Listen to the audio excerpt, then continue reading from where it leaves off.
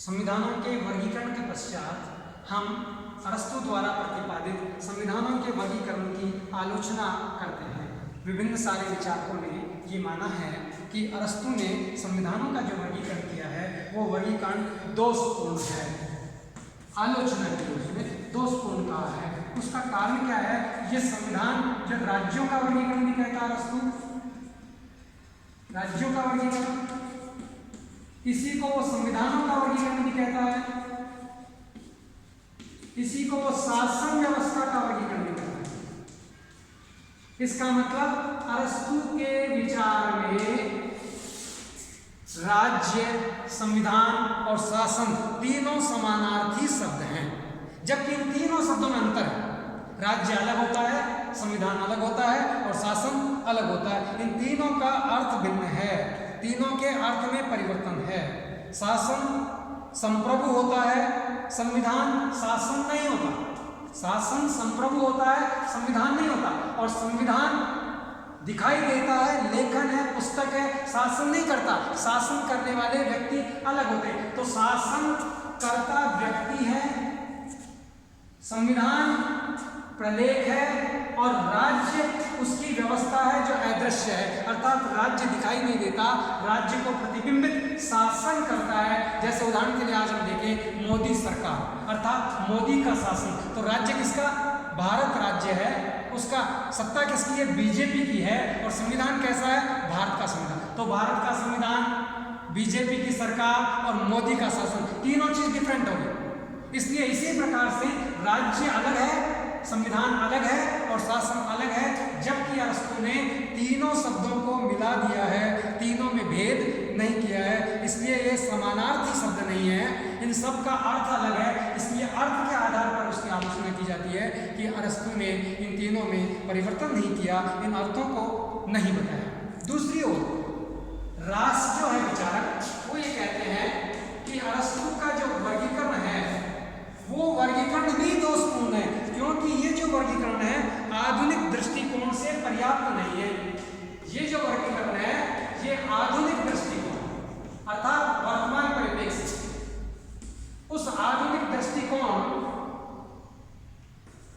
के आधार पर सही नहीं है। क्योंकि आज एक तंत्र पाया जाता है, फिर राजतंत्र भी है, कुलीन तंत्र भी है, सैनिक तंत्र भी है, उसके साथ अगर हम कहें तो वर्ग तंत्र भी है, फिर इसमें अगर हम कहें तो मिश्रित शासन व्यवस्था भी है, एकात्मक शासन व्यवस्था भी है, तो संघात्मक शासन व्यवस्था भी है। तो राजतंत्र और संवैधानिक तंत्र दोनों के सम्मिश्रण की शासन व्यवस्था भी है। जैसे ब्रिटेन में आज राजतंत्र भी है, कुलीन तंत्र भी है और प्रजातंत्र भी है। राजतंत्र ब्रिटेन में राजा को माना जाता है, वंशानुगत रहता है, इसलिए राजतंत्र का भी उदाहरण है ब्रिटेन। कुलीन तंत्र क्योंकि लाड़ सभा में सारे परिवार के पीयर्स और अन्य लोग बैठते हैं, तो कुलीन तंत्र का भी प्रतिनिधित्व करता है। और तीसरी ओर उसकी सारी शक्तियां और सत्ता जो है प्रधानमंत्री और मंत्रिमंडल के हाथ में है, इसलिए वो प्रजातंत्र का भी समर्थन करता है, क्योंकि वह जनता से चुना हुआ है। तो आज जो वर्तमान परिप्रेक्ष्य है उसमें अगर हम देखें आधुनिक दृष्टिकोण से, तो संविधानों का जो वर्गीकरण किया है वो अरस्तु द्वारा वर्गीकरण इसलिए दोषपूर्ण बताया जाता है कि उसने मात्र 3 शुद्ध रूप और 3 विकृत रूप बताएं, जबकि संविधानों के विविध प्रकार के रूप हो सकते हैं जो समय, काल और परिस्थिति के साथ, समन्वय के साथ, जनता की आवश्यकता के अनुसार परिवर्तित होते हैं, जो आधुनिक समय में इन्हें लागू नहीं किया जा सकता है। एकात्मक है, संघात्मक है, ऐसी इसमें मान्यता है। व्यावसायिक आधार पर भी संविधानों का वर्गीकरण किया जा सकता है। इसलिए अरस्तु द्वारा प्रतिपादित संविधानों का वर्गीकरण स्पष्ट नहीं है, पूर्ण नहीं है, विस्तृत नहीं है, विश्लेषणात्मक नहीं है। इन आधार बिंदुओं को लेकर जो रास हैं वो ये कहते हैं कि अरस्तु का वर्गीकरण वास्तविक दृष्टि से आधुनिक नहीं कहा जा सकता।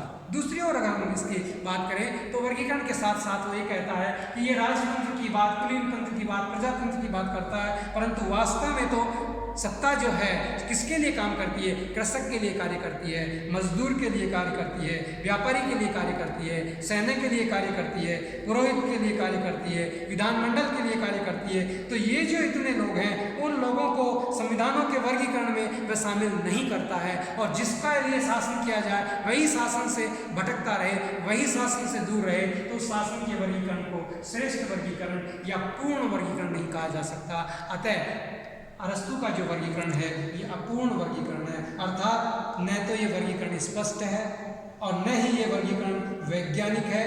ये परंपरा विरोधी सिद्धांत पर आधारित वर्गीकरण है, विरोधाभासों से भरा हुआ वर्गीकरण है, वर्गहित के सिद्धांत पर, संख्या के आधार पर ये इसका वर्गीकरण करता है, विरोध के आधार पर, उद्देश्य के आधार पर वर्गीकरण करता है। तो ये जो वर्गीकरण कहलाएगा संख्या के आधार पर वर्गीकरण, एक व्यक्ति का शासन, कुछ व्यक्तियों का शासन, अधिक व्यक्तियों का शासन। अब यहाँ ये भी नहीं बताया कि किस अधिक का मतलब किस वर्ग का प्रतिनिधित्व करेगा। ये कृषक का प्रतिनिधित्व कर रहा है तो कितने कृषक होंगे, कितने मजदूर होंगे, इसमें कितने हैं जो इसके अंदर सैनिक होंगे, कितने लोग इसमें होंगे। अर्थात वो ये भी नहीं बताता कितने कितने व्यक्ति किस किस वर्ग के या सभी वर्गों का सम्मिलित प्रतिनिधित्व होगा। इसलिए इसका जो वर्गीकरण है वह स्पष्ट है। फिर अवैज्ञानिक है।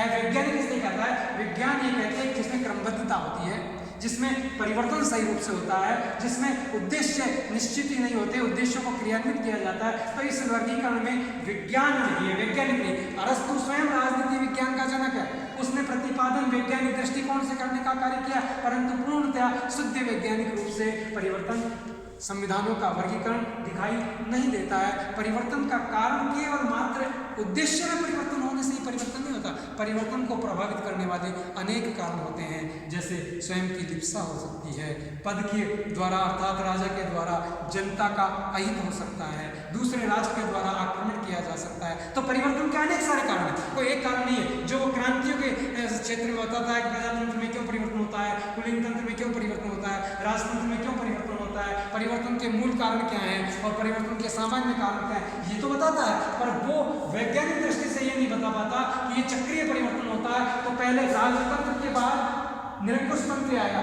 राजतंत्र के बाद सीधा वर्गतंत्र भी तो आ सकता है, राजतंत्र के बाद सीधा वीरतंत्र भी तो आ सकता है। एक राजा को हराकर सारी जनता आ जाती है और शासन करने लग जाती है, जैसे रूस में बोल्शेविक क्रांति हुई 1917 में और जारशाही का अंत हो गया और एक शासन व्यवस्था पूरी परिवर्तित हो गई। तो ये कहना कि राजतंत्र कुलीन तंत्र में बदलेगा, कुलीन तंत्र वर्गतंत्र में बदलेगा, वर्गतंत्र प्रजातंत्र में बदलेगा, प्रजातंत्र वीरतंत्र में, अर्थात एक सिस्टम से सर्दी के बाद गर्मी, गर्मी के बाद बरसात ही हो, ऐसा नहीं है। शासनों में परिवर्तन राजतंत्र के बाद वर्गतंत्र भी आ सकता है, या राजतंत्र के बाद निरंकुश तंत्र भी आ सकता है, या राजतंत्र के बाद डायरेक्ट वीरतंत्र भी आ सकता है। इसलिए ये कहना आधार सत्य नहीं है कि राजतंत्र के बाद केवल निरंकुश तंत्र ही स्थापित होगा।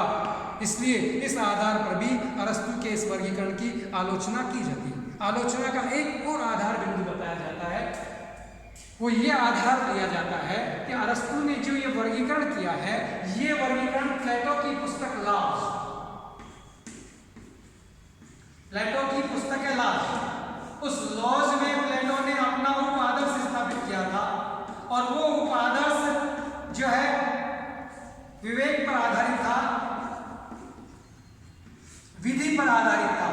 और जो उसका उप आदर्श है, अर्थात प्लेटो के उप आदर्श को अरस्तु अपना आदर्श मान लेते हैं और उसमें जो वर्गीकरण किया है वही वर्गीकरण एज इट इज उठाकर अरस्तु रख देते हैं। इसलिए अरस्तु के इस वर्गीकरण को मौलिक वर्गीकरण नहीं कहा जा सकता, स्वयं अरस्तु द्वारा क्रिएट वर्गीकरण नहीं कहा जा सकता। हाँ, अरस्तु इसकी विवेचना करता है, व्याख्या करता है इसमें, परंतु ये तो जो वर्गीकरण है ये प्लेटो का वर्गीकरण है और प्लेटो के नाम की जगह अरस्तु इसे अपना वर्गीकरण बताता है। तो ये स्वाभाविक वर्गीकरण नहीं है, अस्वाभाविक वर्गीकरण है। प्लेटो के नाम पर इसे वर्गीकरण होना चाहिए था।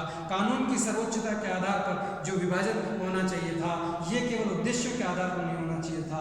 परंतु इन सभी त्रुटियों और आलोचनाओं के पश्चात भी अरस्तु द्वारा प्रतिपादित संविधानों के वर्गीकरण के आधार की आज भी उपयोगिता है और आधुनिक युग में संविधानों का वर्गीकरण करने वाले विचारक भी प्लेटो और अरस्तु के वर्गीकरण को आधार बिंदु मानते हैं और उसे आधार लेकर उसमें परिवर्तन करते हैं। इसलिए इसके द्वारा प्रथम बार संविधानों का एक प्रकार से शासन व्यवस्थाओं का अध्ययन करना और उन शासन व्यवस्थाओं के अध्ययन के पश्चात शासन का वर्गीकरण करना, शासन में परिवर्तन के आधार और तत्वों को बताना, ये मौलिकता ना प्लेटो के आधार पर मौलिकता न होते हुए भी ये अरस्तु की अपनी विशेषता है, अरस्तु की अपनी योग्यता है, अरस्तु का अपना विशेष योगदान है। इसलिए आज के जो भी वर्गीकरण होते हैं वो भी अरस्तु के वर्गीकरण को स्वीकार करके उसमें परिवर्तन करते हैं या जोड़ते हैं या इसे आगे बढ़ाते हैं। इसलिए अरस्तु के वर्गीकरण की अपने आप में महत्व है, अपना एक आधार बिंदु है जिसे नकारा नहीं जा सकता।